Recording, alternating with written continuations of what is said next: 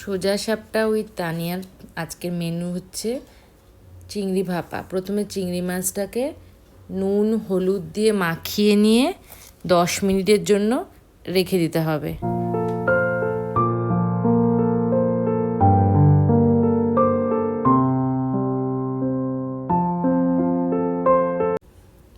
এবার আগে থেকে সর্ষে পোস্ত বাটাটা দিয়ে তারপর লাল লঙ্কার গুঁড়ো আর অল্প 3-4 চামচের মতন দই আর কাঁচা তেল দিয়ে ভালো করে মেখে নিতে হবে।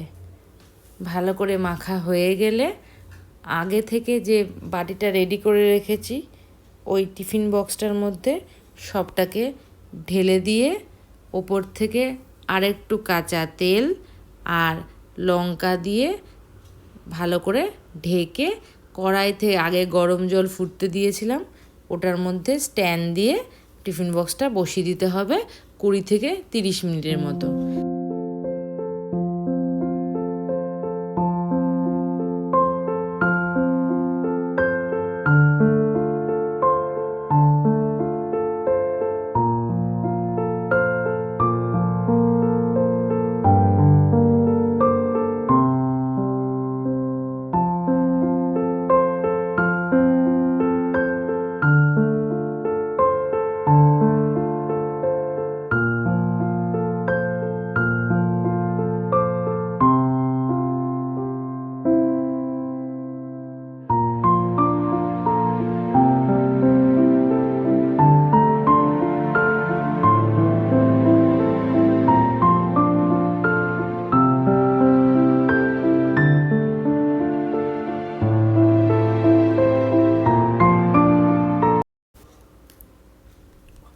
এবার নামিয়ে নিতে হবে।